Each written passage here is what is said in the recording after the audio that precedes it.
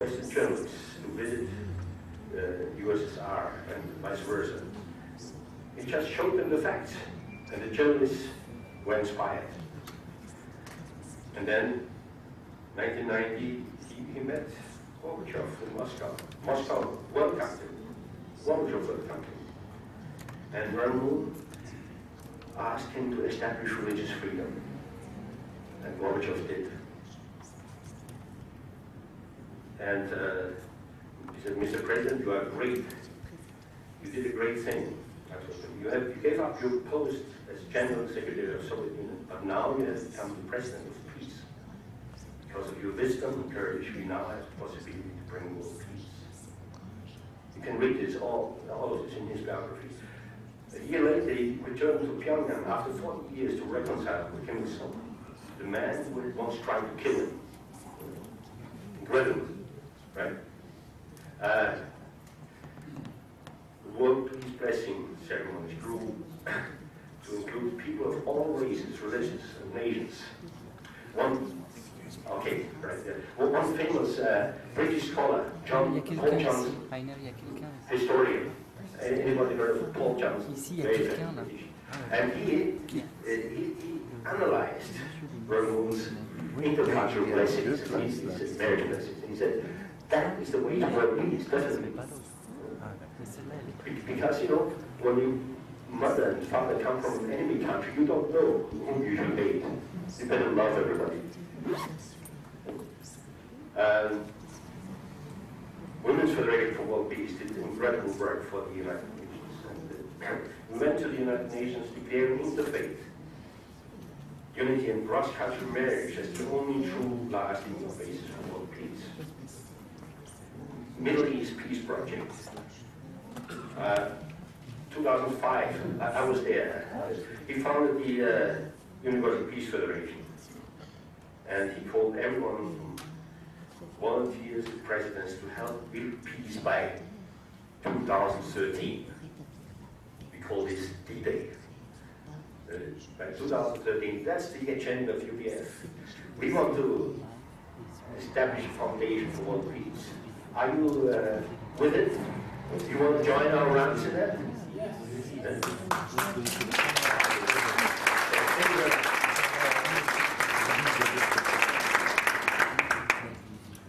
Thank you very much, Peter. We got a very busy schedule this morning, so I just want to invite a response. We've asked one particular gentleman who I've known for many years now and admire a lot, and he has a lot of legal expertise. This is Dr. Emmanuel Bezina. Dr. Bezina is, of course, a very well-known lawyer in his own country, a legal expert, but also someone who's taken a great interest in the political sphere as well as the human rights sphere, as well in his nation. And, of course, a long-standing associate of the Universal Peace Federation, one of our earliest ambassadors for peace there in Malta, a member at one point of the Global Peace Council, and someone who always has a very exciting opinion to express. So, please, Dr. Bezina, could I limit you please to 5 minutes and just to give a response? Thank you.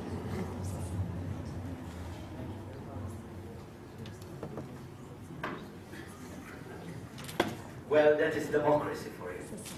5 minutes. Sorry. It's okay. Wonderful presentation, Peter. And I'm sure most of us are actually missing what we have not heard that could have been communicated. And I do urge the organizers of this conference to see to it that what we have not heard, assimilated, and being communicated with will be registered in adequately prepared documents. Because when we mention 2013, it does not mean that the mission of UPF will end. On the contrary, a new chapter will open. And this morning, as I am strictly limited to time, I will also limit myself to points. Has the time come, I query, that as we had the League of Nations before the United Nations, has the time come now for the peoples of the world. I am for the peoples of the world. I am not for autocratic regimes. I am not for politicians who fight for their seats only in their own interests. I am for the rights of the people. So has the time come for the United Nations now to be replaced with a new institution called United Peoples, reflecting the interests of the peoples of the world.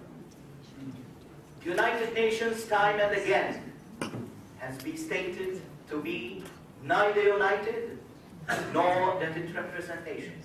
And I do not say this myself. Many eminent speakers have stated this before. So I think that the time has come for organizations, movements like the Universal Peace Federation.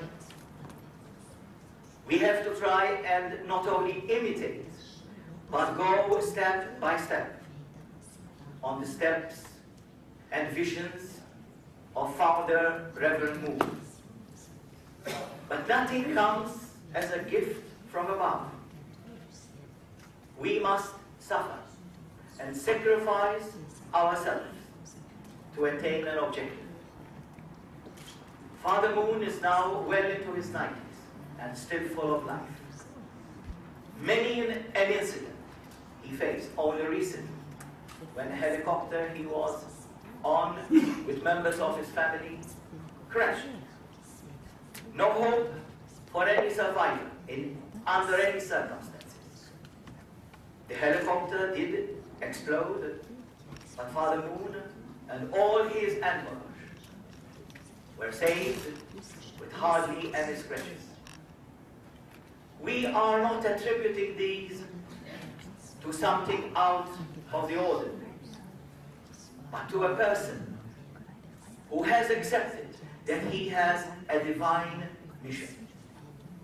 And this is all embedded in his work, Divine Principles, which I urge you very strongly to read, because in those divine principles there is a combination of what we term the universal principles and the universal declaration. What has not been stressed in yesterday's most interesting and elucidating session about human rights is the role of each and every individual in these human rights. We kept emphasizing very obviously and correctly the gender divide, the discrimination against women. But we keep forgetting that women are also individuals. Women are also persons. If we as individuals stop making this distinction between the male and the female and see ourselves as complementary to a holistic approach, then the individuals will have more strength in whatever they want to project. Even as we watched the news this morning, in Ivory Coast, people fleeing for their lives because of the imminent danger of another civil war. People in Libya almost praying for the coalition bombardment to go on, that they may not lose the hope for acquiring freedom of expression. What is going on in Bahrain? In Syria, again a number of people dead. In Yemen, the leader this morning declared that he was prepared to go on condition that the right person will be found to replace him and that the people want that person. But with all due respect, we say, who is this individual dictating to other individuals that he must be the only arbiter to decide as to who is the correct person to represent the people? And that is where the people, as a community, as brothers and as sisters, fail to unite in their voice. Universal Peace Federation may be one link to this very important jigsaw puzzle about humanity. We cannot do without discipline. We cannot do without an organized structure that has rules and regulations, because without discipline, nothing will be achieved. But as a community, as a common voice for the whole of mankind, if Father moved on his own, through his own endeavors, with his sacrifices, with his determination to achieve his objective, from nothing, just one set of clothes, we read, not even a house. He had to build his own hut, but he had one thing, determination and faith that in him was a mission that had to be accomplished. And this mission was that no matter the dangers that you are about to face, if you believe in the mission that is being entrusted in you, you will achieve this. And look at the result. We are now spread worldwide.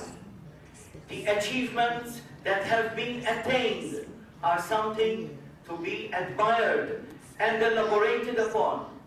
But now is the time to use our common aggregation, our common brotherhood, our common sisterhood, our common dedication to formulate a charter that will elaborate on the Universal Declaration, on the European Convention of Individual Human Rights. What is meant by the power of the people? How are the rights and obligations, and again another phrase which has not been mentioned, of the individuals to be coordinated, that together as individuals, without rivalry, without jealousy, without backstabbing, without tripping, we can still achieve and all will attain our dignity. Maybe one last word. We should campaign that no individual can be at the helm of any major governmental setup in the world except for a limited number of years. Maybe this is one example we can take from the United States of America, where Truman had said, when he was about to be elected for his third term, that no US president had to hold power for more than 4 years, repeated for another term of 4 years. So we must not offend any continent. We must not offend any country. But the people must now say, even to their leaders, listen, there is a time in which you have a mission to fulfill your objective. But after the time, you must tell us goodbye and let yourself be replaced, because no one is indispensable. One final point.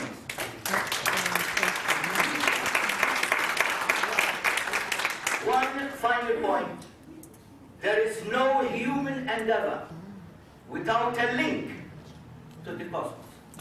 When Peter Zohrer was saying how the unification movement worked, that is to say, we do not believe that we should have only rabbis or Christian bishops or Muslim or whatever from other religions. We believe that all, once they come under the same roof, have to coordinate and communicate one message. That no matter what you believe, no matter how you see your role in life, we are all together as one.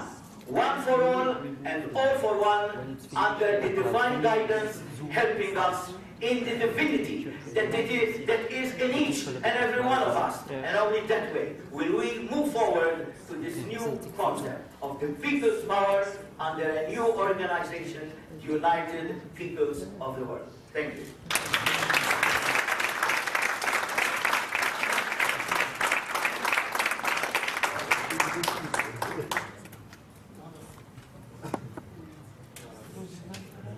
Thank you very much, Dr. Zina.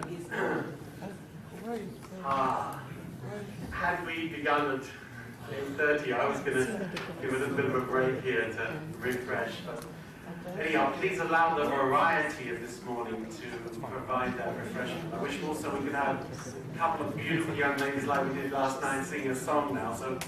But we had some very good training this morning in our morning meditation. And that training was that just in 2 minutes, with a little bit of a deep breath, a little bit of peace of mind, you can be set up and refreshed.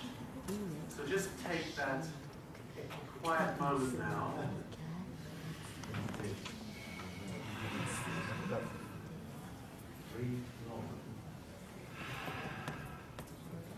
Amazing. Just as if we had at least a 10 or 15 minute break. Isn't that amazing? So now we have a different rhythm, a different atmosphere, because of course that is that variety of the pair system, the male, the female. So we have now a feminine aspect coming to the discussion around human dignity and human rights. So it's my great privilege to welcome to the podium Mrs. Carolyn Handschin. Carolyn Handschin has been working particularly with the Women's Federation for World Peace here in Geneva as part of the efforts of the Women's Federation for World Peace to engage with the United Nations. Women's Federation for World Peace is in a particularly high level of status of cooperation with the United Nations because of the amazing record it has in holding programs, particularly around well-being of women and children all over the world. Anyhow, I won't steal her time because she's just got half an hour, and I'll ask you all to give a warm welcome to Mrs. Carolyn Handschin.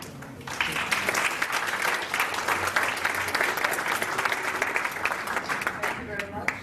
I would like, before I start, maybe just take a moment to introduce 3 of our peace ambassadors in Switzerland who couldn't come yesterday, but are very great, wonderful people actually who are helping us very much, collaborating with us on different activities, events, and projects.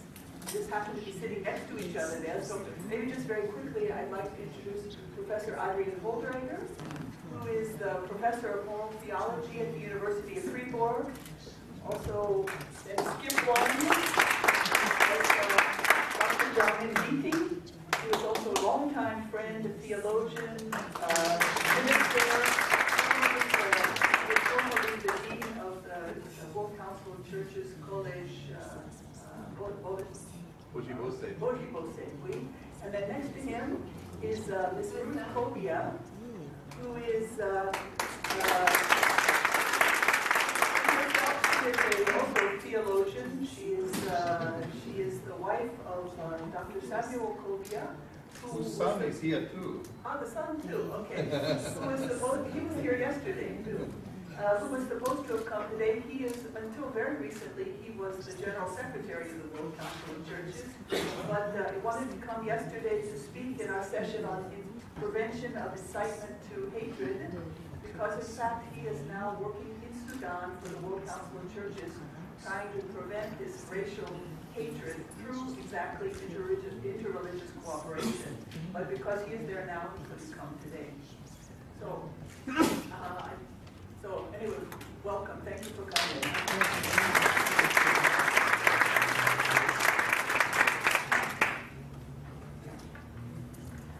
Okay. So my theme today is human rights and dignity, leadership and gender roles in a culture of peace. Actually, I've prepared 6 different, not slides, actually, what is it? I've prepared 6 different lectures. Yes. That is why it says knowing your rights and living our responsibilities, but all sort of related to different versions of this theme. So I want to begin with a quote about human rights and dignity. We heard about Eleanor Roosevelt yesterday. She said, where after all the universal human rights begin? In small places, close to home. So close and so small that they cannot be seen on any maps of the world. Yet they are the world of the individual person, the neighborhood he or she lives in, the school or college that he or she attends, the factory, farm, or office where he or she works. Such are the places where every man, woman, and child seeks justice, equal opportunity, equal dignity, without discrimination. Unless these rights have meaning there, they have little meaning anywhere. Without our concerted citizen action to uphold them close to home, we shall look in vain for progress in the larger world. So, you saw this briefly last night on the screen. Millennium Development Goals. That is our current global agenda in terms of real application of human rights, I would say. I wanted to focus, Peter talked about quite a few different articles and also the preamble of the Universal Declaration of Human Rights. I want to speak just about one particular article now. It's about, because I believe that this is in itself, this article is an important step, the most important goals, and even a strategy for creating a culture of peace. That is Article 21, which says that everyone is entitled to contribute to the betterment of society. But even more than that, it is essential to do so for one's dignity and the free development of one's personality. So we understand this point about contribution to the larger whole, and we want to see where we learn that. In my own family, with my own 7 children, sometimes we read books.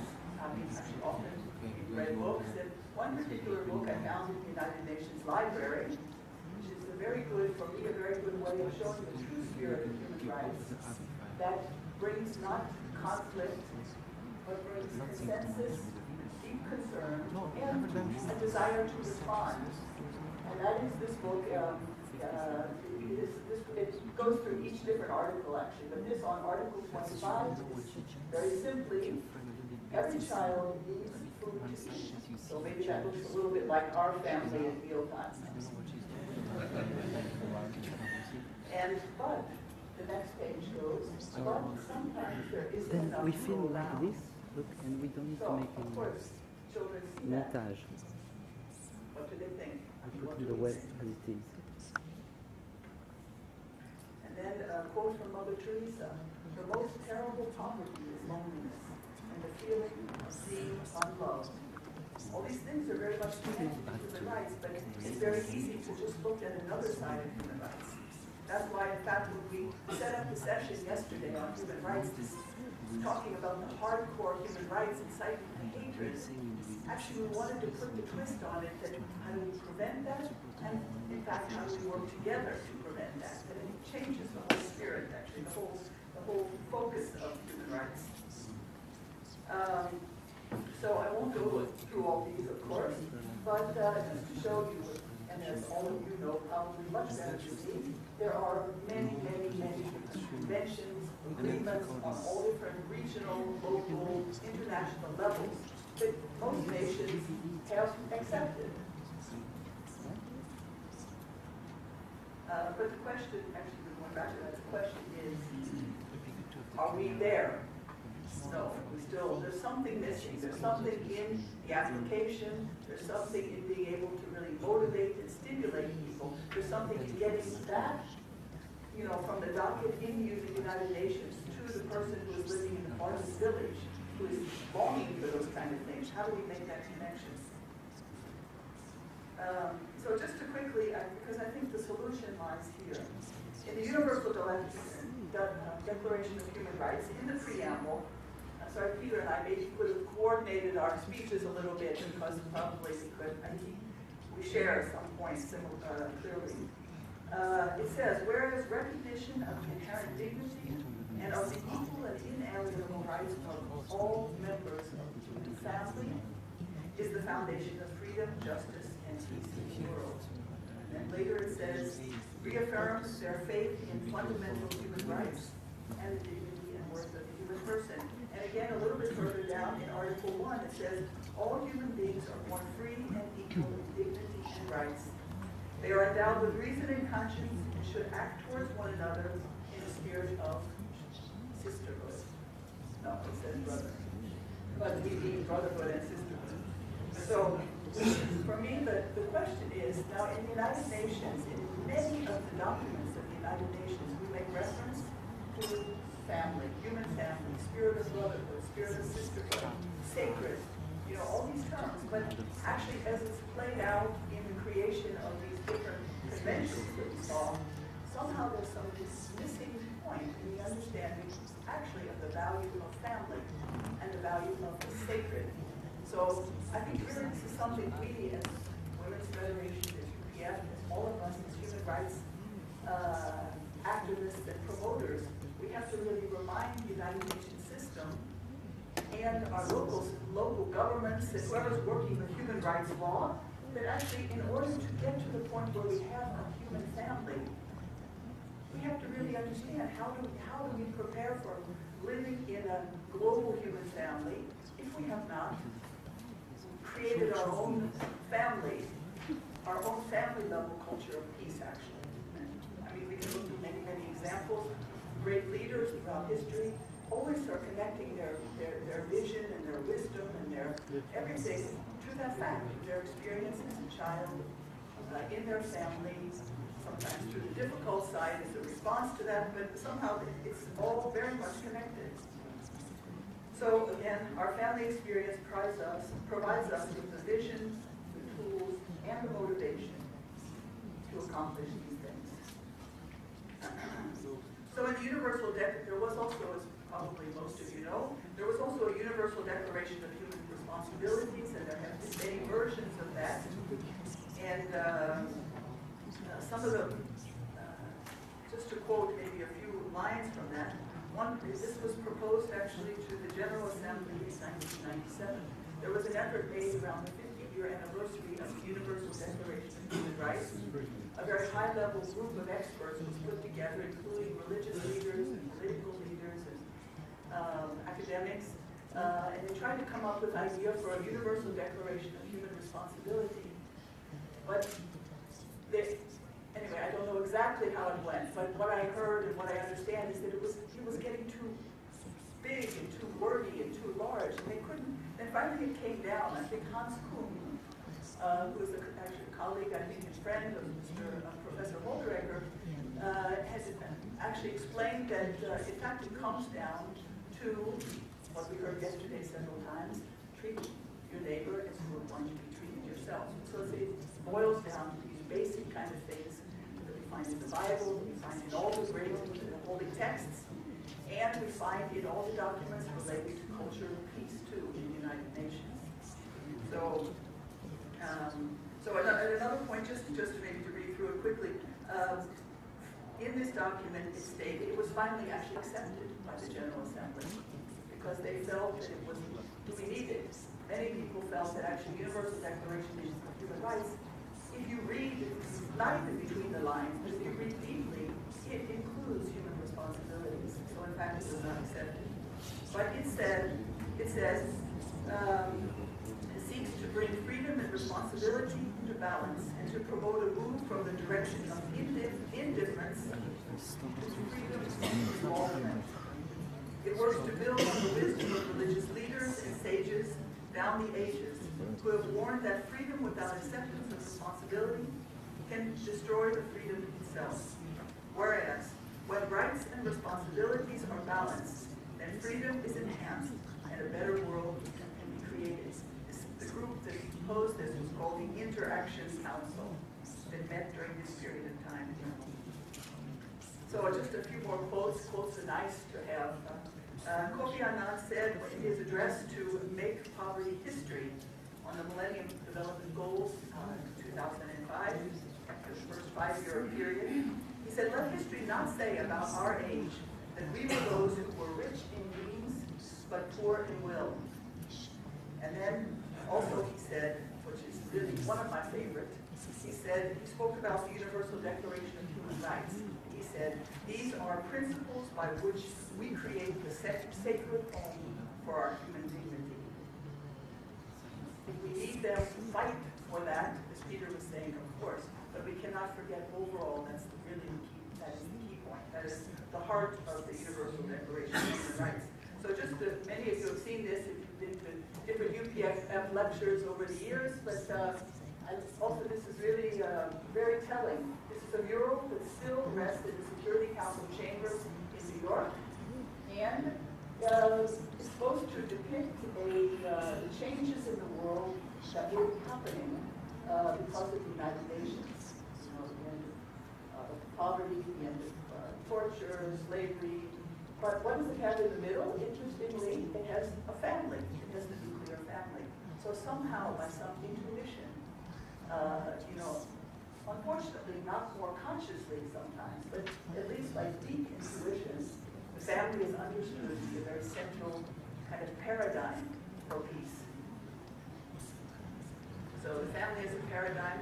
Life course on leadership training. Actually, Peter went into this too, so I don't necessarily need to go into too much detail, but and all of you are family advocates, I think, anyway, so maybe I don't have to say so much, but just we understand that so much is learned, experienced, the tools that we need to be able to go out into society are all kind of based upon this, this course, which in fact needs to be done in a certain order, or it doesn't work. That is what we understand. As a child, you have to first be able to receive love. In order to, in the next step, be able to share love.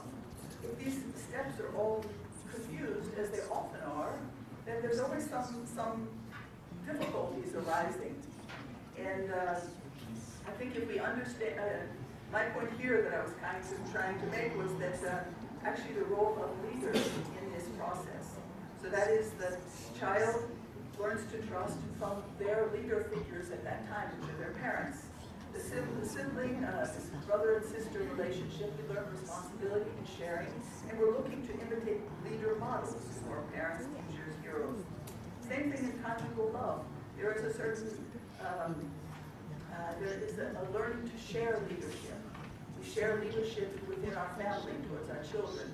Each role is equally important. We have to really learn how to bring out the best complementary aspects of leadership. Same parenthood is the same, and grandparents even more so, but on a different level. These things all could be lectures in themselves. Now I wanted to come into this idea of gender and life training because, thank you, Dr. Geneva, you already made a good point for that, and Peter too. I know many times, maybe less so now, but when we talk about gender, sometimes men sort of turn off and oh no, you know, not again. But what I think is important for us to understand, and again, probably most of you do, or all of you do, that gender is not just about women's rights. In fact, the word gender is not even just about women, it's about different genders. And as we understand the differences between the genders in a positive way too, then we can also understand about how we relate to each other, we understand what is our potential, what is our potential as a leader, what is our potential in relationship with husband, in every aspect. And these things begin also very much so in the family.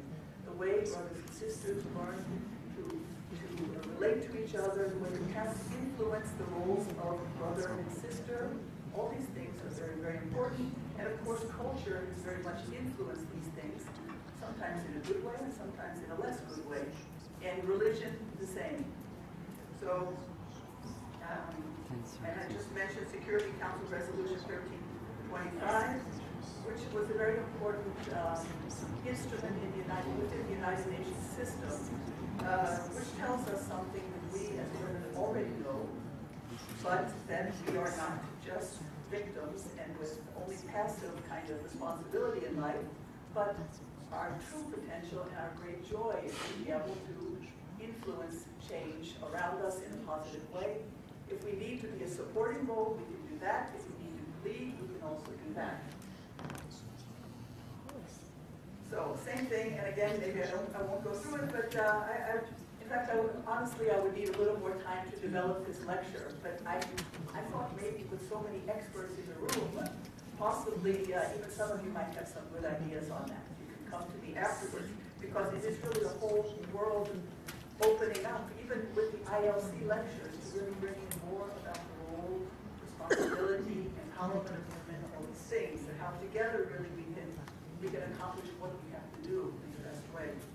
So here I basically just wanted to say in this character development process in our life, our identity, our gender identity is also very, very important.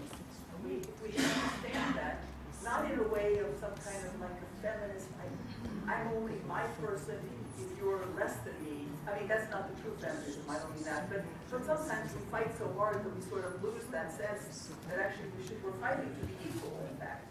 So we have to keep that in mind. And okay, here's just an example. Women's Federation, leadership we've had now 14 workshops on peace in the Middle East with women coming from the Middle East every year for the past 14 years. And this one coming up is in Greece. And this is the picture here. This is the daughter of the Grand Mufti of Syria, former Grand Mufti of Syria here, who is speaking at our conference. And just when I looked at her and I listened to her and I had meals with her during this time, and I could see the way she leads. She's a brilliant girl, but also within her her Islamic culture, within her something comes out in this feminine leadership that is very different, surely than her father's way of leading, but also different in way maybe we here in Europe, women might lead, or in the United States, or in South America. But there was something feminine, strong, bright, brilliant, and very motivating, very stimulating, actually. So I love that picture because it sort of depicts to me this good feminine leadership. Here we have another picture. This was in North Korea when Women's Federation went to North Korea. That is Women's Federation president.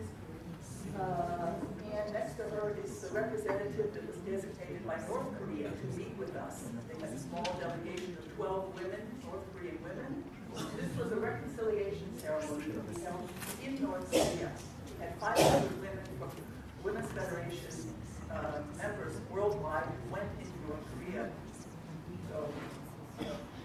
And then that individual there, we had a training in Geneva with women from Darfur. A training program for women, also a kind of leadership training, peace-building training for women who came from Darfur. So, I don't know if Peter went into this a little bit, but I just wanted to mention here that there are different dimensions of value, there are different dimensions of leadership, also there are different dimensions of human rights. We have the internal aspect, we have the mind, we have that which seeks for beauty, which seeks for truth, which seeks for goodness, which seeks for love, which is very powerful, which can be suppressed, but actually is primordially the most powerful. And then there is the other aspect of our needs and of also our value in our lives is certain things have to be taken care of physically too, for our physical well-being. How does happiness come? Actually by the good cooperation of these two aspects of life. And I wanted to add that it is also in leadership, it is the same thing. Here we have two vertical dimensions of leadership, the same. Sometimes you find there are leaders who have just a certain charisma or just a brute force, and they might do okay for a while, but it will not be a sustainable kind of leadership. To lead, you have to really be able to, you have to not only lead, actually, but also be able to follow and receive the needs of those you're responsible for, as in parenthood, as we learn in a family, which is what I would say is later, the relationship between leadership and family. But actually I wanted to go into more detail. There are also horizontal dimensions of leadership, not only vertical dimensions of leadership, but there are also these dimensions of masculinity and femininity in leadership. And I would say, like a woman is not just feminine leadership. A woman is a combination of masculine and feminine. We have different aspects that come out in different situations, but normally predominantly feminine in a woman. And Peter, in his presentation, was more predominantly masculine. But I would say I saw aspects of both. So this is getting a little bit more into the idea of gender. That if we look at all different levels of problems, as well as all different levels of solutions, we have to see that there is a differing aspect for women and for men what is needed in finding these sustainable solutions, terrorism, crime, financial crisis, health crisis, food crisis, all these things. But in finding solutions, we also need a feminine,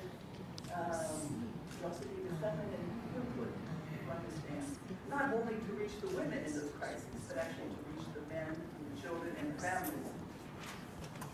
So positive rights, again, another favorite photo of mine. These are women in Afghanistan. Soon after Afghanistan sort of opened up, and they decided to offer this opportunity to women to really be involved in politics in some ways. So this strong point, women sometimes, as we have been victims, we have to really sometimes a little bit forcefully claim our rights, but we have to do it in the right way. Claim our right to influence development in society. This I associate with this Article 29. Everyone has duties to their community in which alone the free and full development of their personality is possible. This was just an excerpt from one of our conferences in the Middle East, which an appeal to women of all the world, which we sent to the Secretary General of the UN and other presidents and prime ministers and leaders and in the Middle East.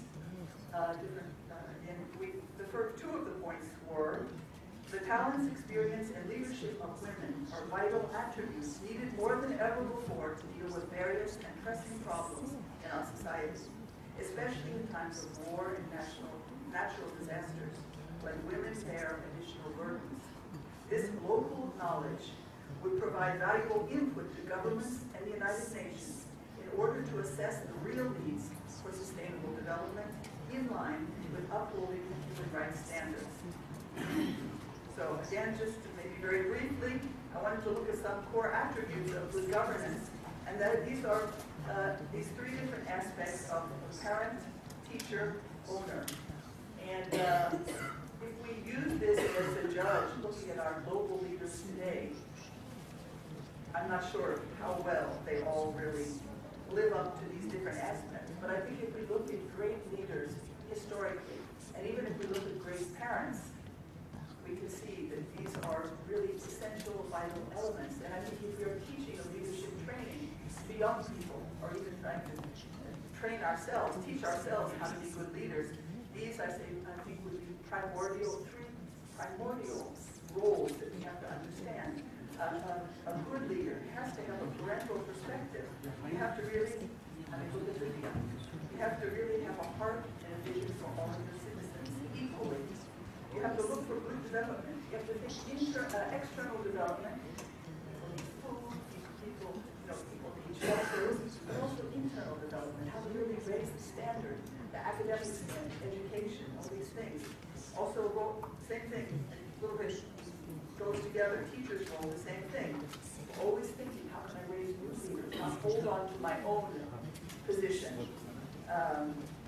Ownership too. We have to have a sense that all that is in our domain is somehow we are responsible. The buck stops here. This is our concern, but also in the way of a parent. We do that for the sake of the children, not for the sake of my glorification.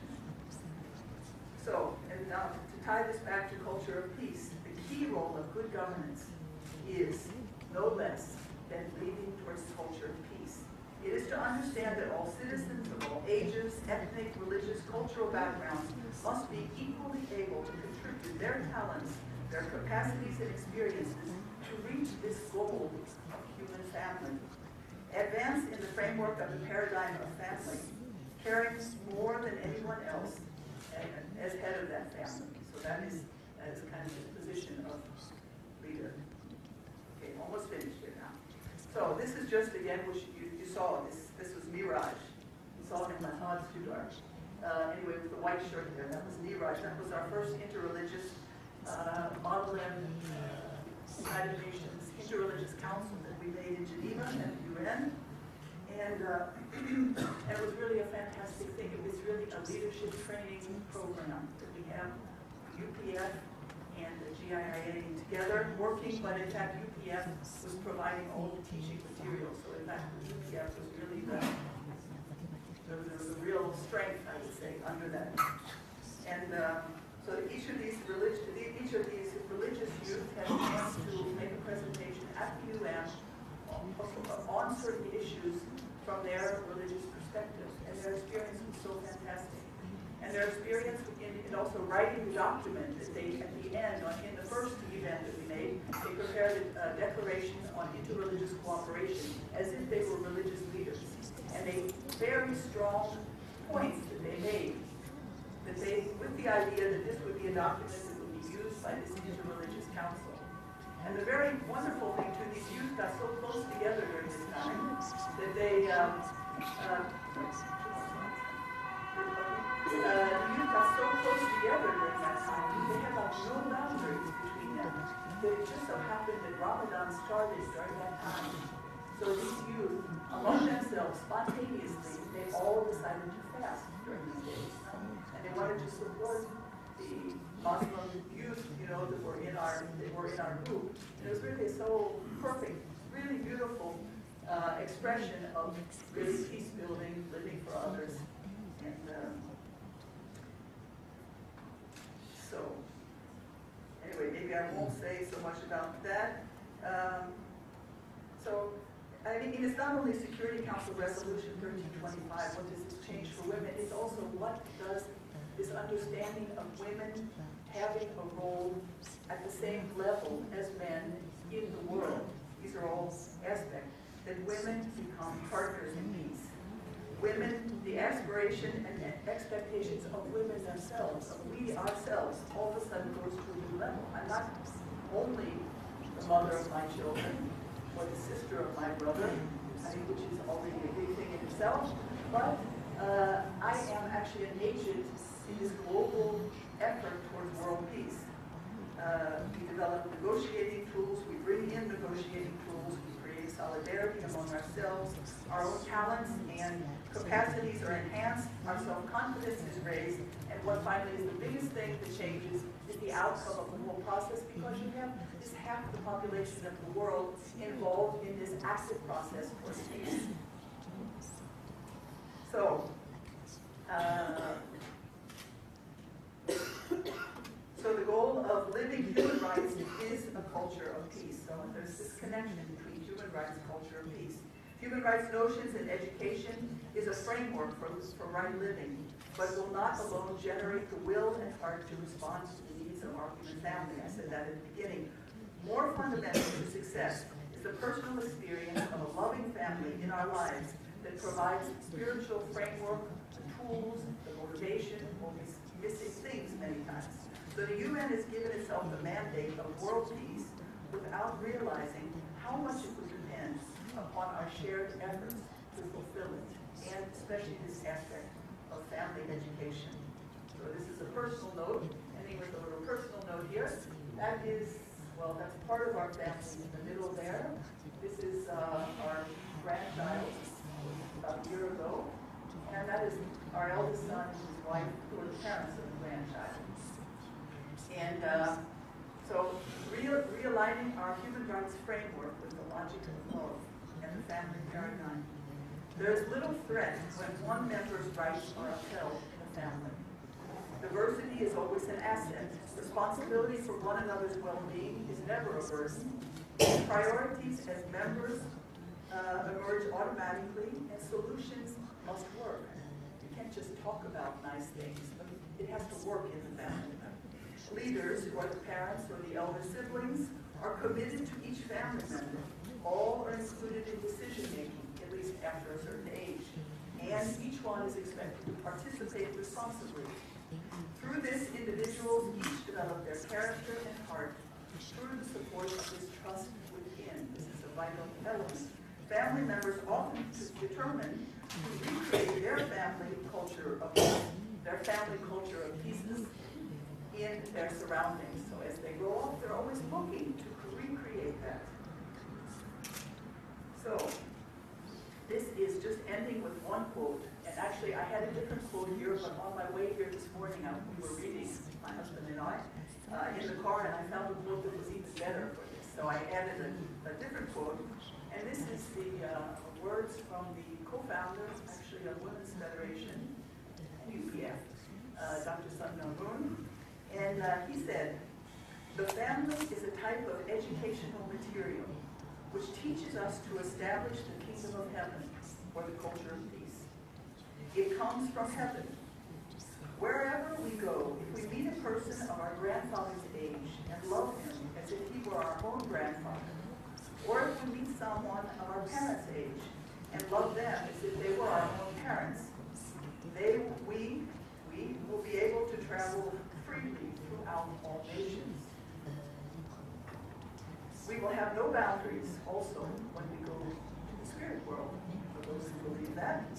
If we think of all young people of all nations as our own sons and daughters, we will be able to travel freely within the kingdom of heaven, or culture of peace, even though there are 12 pearly gates and directions. So, thank you very much.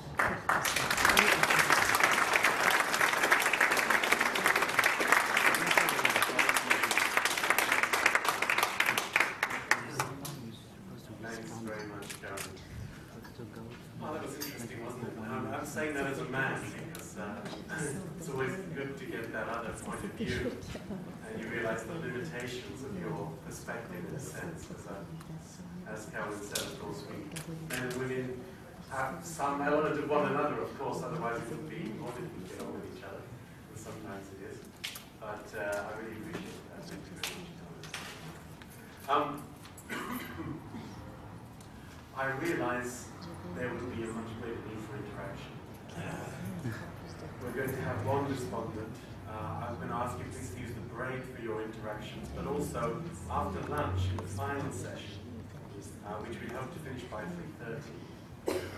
I've got to give a presentation in there. I'll try to make it very brief and give the best part of an hour for some sort of further responses to our experience over the course of the whole weekend. So those of you who are itching to say something and who have, I have no question about it, many very wise things to contribute, please hold them ready for the after-lunch period. It's now my honor to welcome someone who I know has a profound grasp of many of the things that have been referred to around family and culture and how much that's a part of our life. And it's a very well-known anthropologist, and that is Professor Dr. Mohan Gautam. Professor Gautam undertook to make a response, in a sense, on behalf of all of you. Professor Gautam, you're here amongst us? Oh, marvelous. Would you like to prepare yourself to come forward? Professor Gautam, as I said, is a very distinguished anthropologist, working in the Netherlands. Obviously, from his name, you can probably capture he's coming from a culture which is very rooted in the extended family, the obligations to one another in family. And anyhow, I won't say too much because he's got 5 minutes to respond. Please welcome Professor Gautam.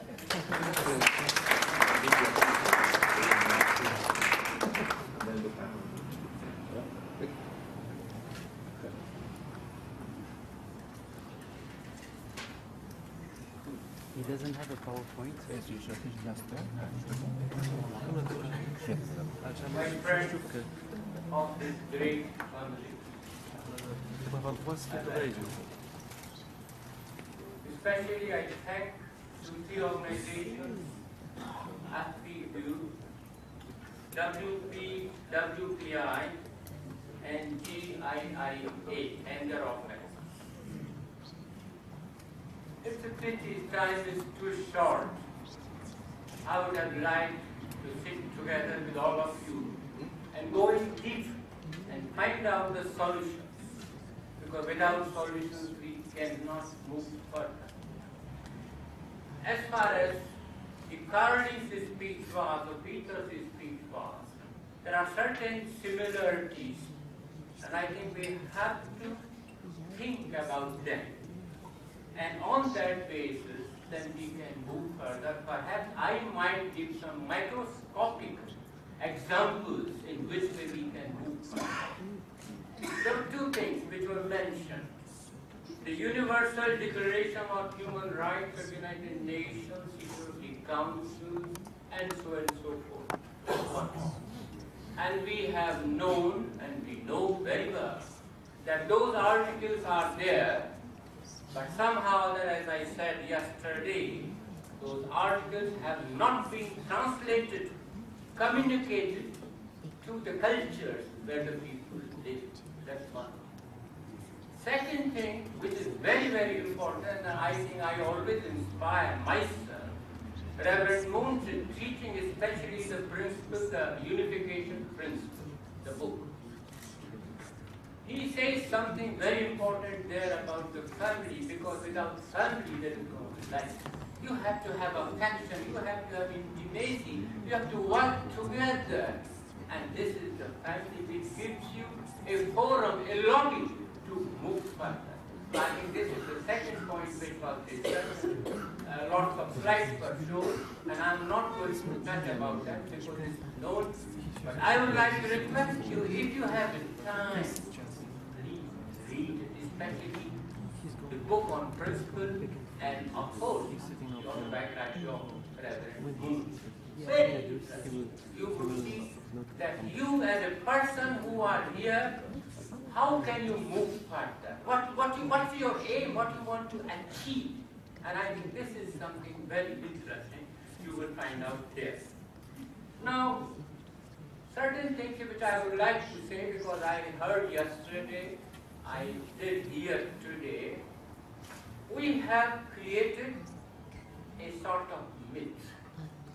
And this myth formation has to be deconstructed. And in which way we can deconstruct this myth, this is the responsibility of our democracy and people. Now, how we can do it is the one question which comes to my mind. There has been the politicization of religion. Not only religion, but also spirituality and also of women. I always consider women are 51%, whereas the men are only 49%. But people would not accept it, but I do accept it because this is the way. Why? And I will come to certain microscopic, I will just take 2 minutes, not more. There is a saying in India, बिना अपने मरे स्वर्ग नहीं मिलता. Without your own dying, you never come to heaven. Now, dying means here not to disappear, to do some actions and deeds. We want to have a heaven, but we do not want to implement, we do not want to go through the process. And I think this is something very important. We have to keep in our mind. And this idea has always been given by women, by mother, by sister to the children. Because family is the first school, and then you have to move through this to other side, to the society. And here, of course, certain concepts come more. What is the leadership? What is the gender question just now it has been explained? And what are the rights? If I look at the Indian case study, which is more than 1 billion people, it's a multicultural society, all the religions are there. Islam is the second country, I mean, from the point of view of demographic, they all live together. They have no problem. In the feast and festivals, they all come together. There are always exceptions. The exceptions are not the parameters on which we should try to give more stress. So that's the one. But what it is, I'm trying to raise this women question. We talked about enterprise, entrepreneur, leaders. And I think women are the best entrepreneurs, women are the best leaders. The only thing is the so-called male population undermines them, negate them. But they need them. This is the question of the structure. Male and female, as this morning was said, they are two poles. This is the structure. Without this structure, you can't move further. I mean, in social sciences, especially in Netherlands and France, the structural social sciences started right from the 1900s. And the basic idea was in which way these two poles can be combined and which way we can understand these two poles. So this is the basic idea, what has been said about the fact, which we cannot deny. Second thing is, until the age of 8, and at the most, who is taking the responsibility of this child? There are the problems with the child. He needs affection, he needs solution. And then he goes to the mother, not to the father. The father has the authoritarian sort of authority. It's a different role. The mother is very affectionate and he tells the things and he learns and he moves further. And this is the basic idea, that the mother's role has been the role of management, or I would say the management of disaster. Because when there is a disaster, who is going to help the father? So, no, not the women, but the women, the female. Thinking from our own idea, from the family, I think we should say openly that the male and female, they are more or less equal. I say more or less because I said 51 and 49%. But they need each other. And if they need each other, they also need the children. Because without children, the organization cannot move further. But the problems are here. To say, only, let's say, the priest or imam or the father can tell you better, which is not true. I have just met a lady in India for 20 minutes. Now, I would say she knows everything. But one of the wonderful things which I found out in her, she can tell you by talking to you about your future with the dates. What has happened with the dates, 100% correct. I mean, this must be some sort of divine prophecy, otherwise people cannot say. So to say that women are less, no. The gender role is very important. They are the leaders. They are the managers of the disaster, and they are the persons who are the carriers of the cultures and traditions. When the question comes of modernity and tradition, who modernized the traditions? The women, not the man. Man breaks the thing, but says, okay, you try to work on it. So this is the thing which we have seen. I think we have to move further. Only one suggestion I will try to give to you. We have a very good in our collection, the scriptures. I would like to suggest two things here, and I think we should give their attention, because yesterday there were very good deliverances on this case study. One thing is that the scriptures which we are using here is a classic scripture. We have to do a research on the folk religion, where the things are different, even the forms of families are different.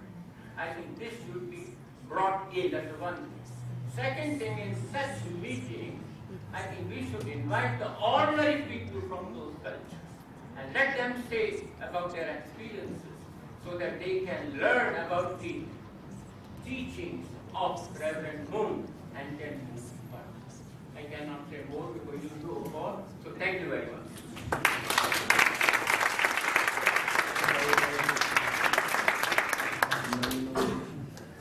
Great, thank you very much, Professor Carolyn. So, I don't want to take away from your break time, so I want to say, please, let's have that half hour, even a little bit more, but please, if I give you till 11:10, please be here before then, so we don't lose even more. I also want to mention about luggage. Yeah, There is a change. oh, really? Sorry, I have to announce maybe we need a little bit more, 10 minutes more to the break. We can't go beyond the Okay. I'm sorry, they have a group here in the hotel that will arrive from the United States, and they are overnight, so they need, in other words, they need the rooms to be free by 12. Our schedule doesn't allow actually to check out at 12:30. So if you could just pick up your luggage and bring it down. We have a special luggage room here. Normally, all the international guests, of course, who are staying here until today, you can